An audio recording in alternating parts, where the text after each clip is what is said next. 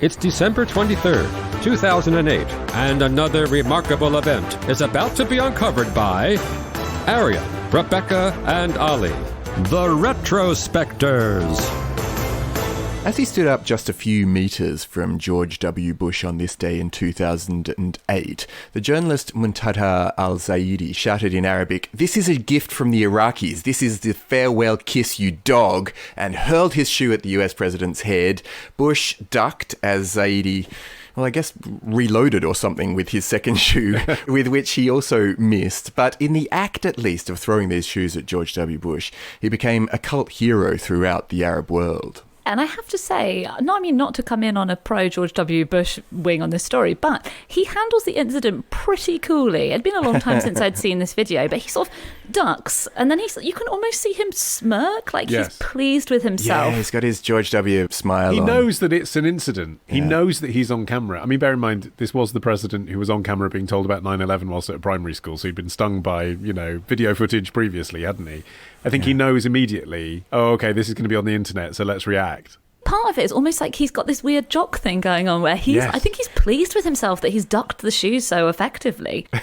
If I were the US president and I saw some object flying towards me at a press conference in occupied Iraq, I would be absolutely bricking it. Yeah, you're right. And also, I know Bush doesn't speak Arabic, but I mean, the second one is delivered with real venom, even though this is a sort of novelty thing to do. He says, this is from the widows, the orphans, and those who were killed in Iraq. But yeah, Bush, Jock is right. That is exactly the expression. Like, he ducks it brilliantly both times, and then he makes a joke out of it in a sort of Tony Blair-esque way, like slickly deals with it. Yeah, or quite like that moment where Obama swatted a fly. The fly, yeah. In the middle, and he just looked so pleased with himself. Just like, yes, I am president, yeah. Look at my physical capacity kind of way. I don't know what's changed in the intervening years either, but I just feel like the whole incident would be taken in a far more sort of somber, po-faced way now. Like, even immediately afterwards, a reporter asked Bush about it, and his response was, all he said was, it's a way for people to draw attention. I don't know what the guy's cause was. I didn't feel the least bit threatened by it. He didn't try and turn it into a drama, and I feel like now it would be turned into a huge drama. Mm. I mean, he'd been in politics a long time by this point. This was his, as he would see it, victory lap, wasn't it? It was his last chance to go to Iraq as president of the United States. And he had a mission there. There was some serious propaganda they wanted to get done.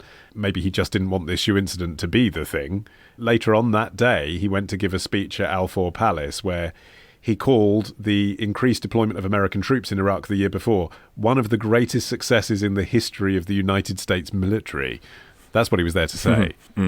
Yeah, it had this sort of mission accomplished again kind of overtone that he was like, no, we really did do something good here, even though by this stage he must have known that things weren't looking good. But Zaidi himself, he was really broadly praised all around the Arab world, at least, as this kind of David versus Goliath figure. And thousands of protesters immediately demanded his release because obviously he was taken into custody immediately. And lawyers worldwide then volunteered to represent him pro bono.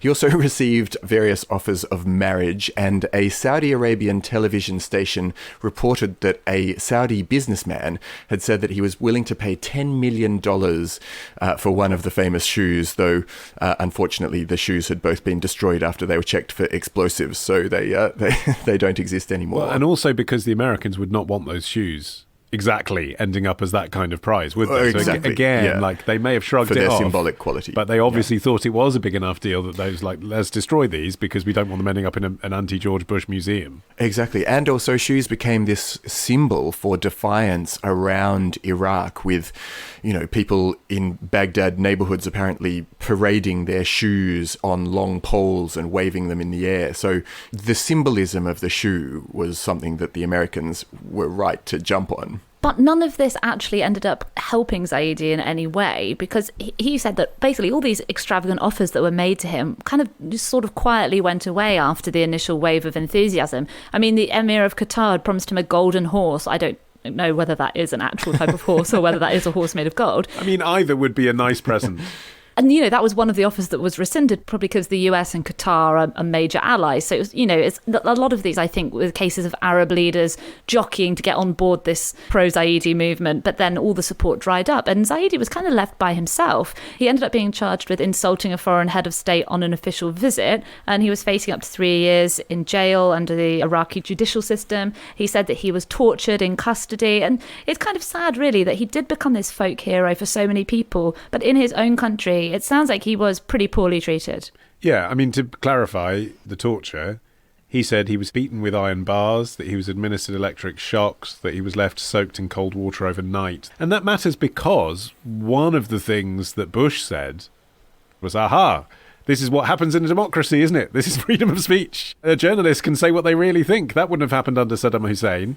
But actually, he was dragged away and beaten. And he had actually been kidnapped a year before off the streets of Baghdad on his way to work as journalist. And his captors, who never revealed their identities, they quizzed him about his work, and he was beaten by them. And then he was sort of released onto the street. And I think that may have acted in a way as a final straw, because a lot of his work up to this point had been doing this quite, you know, grueling reportage on the effects of the US occupation, you know, airstrikes, bombings, etc., talking with victims. And that had really given him this sort of passionate feeling that something terrible was happening to the country. And I think being kidnapped in his own country as well just added to this sense for him that he absolutely had to make this big gesture. And even after he got out of prison, having suffered all of that torture, apparently he was missing one of his front teeth when he got out. But even after all of that, he said he had absolutely no regrets. And in an op-ed published in The Guardian shortly after he got out, he said of his reporting in Iraq, and I quote, "As soon as I finished my professional duties in reporting the daily tragedies, while I washed away the remains of the debris of the ruined Iraqi houses or the blood that stained my clothes, I would clench my teeth and make a pledge to our victims, a pledge of vengeance." So, you know, he was always thinking in the back of his mind that even though he was working as a journalist, about how he could do his bit to get a bit back on behalf of Iraq, I guess, towards America. It does show as well, doesn't it, what a visual culture we are, that it is one of the images you associate with the war. The other one, probably the bigger one, is the felling of Saddam's statue. I know that was one of hundreds of Saddam statues, actually, and you could see it as Western propaganda that that's the image we all saw, but nonetheless, it's a visual image that strikes you from that time, also involving Arabs throwing shoes at things. But this one is so redolent of that period that actually I'd conflated it in my head and thought that it had happened at the end of the war, you know, at the end of Operation Iraqi Freedom, as they called it. But it didn't. It happened 6 years later. 6 years and 0 weapons of mass destruction found later. It was such a strong moment. Yeah, and it has sparked copycat incidents across the world. In Iraq itself, people used their shoes to slap posters of Saddam Hussein, but it also went further. People who have been targets include Tony Blair, the former Australian Prime Minister John Howard, and a weird one, Justin Bieber, who was targeted by an angry concert goer in Stockholm when he refused to sing Despacito on the grounds that he didn't actually speak Spanish. Right. That deserves a shoeing. Yeah. A shoe in the face. Richly deserved. Shoeing is the verb, by the way, isn't it? I think that's just such a funny word. To be shooed. Yeah, to shoe. I've seen the lists of political shoeings. It's a thing. And one victim of shoeings ended up to be Zaidi himself. No. In 2009, he was speaking at a news conference in Paris, and an Iraqi man. This is for all the cobblers that you denigrated. Shoes are meant to be worn on your feet.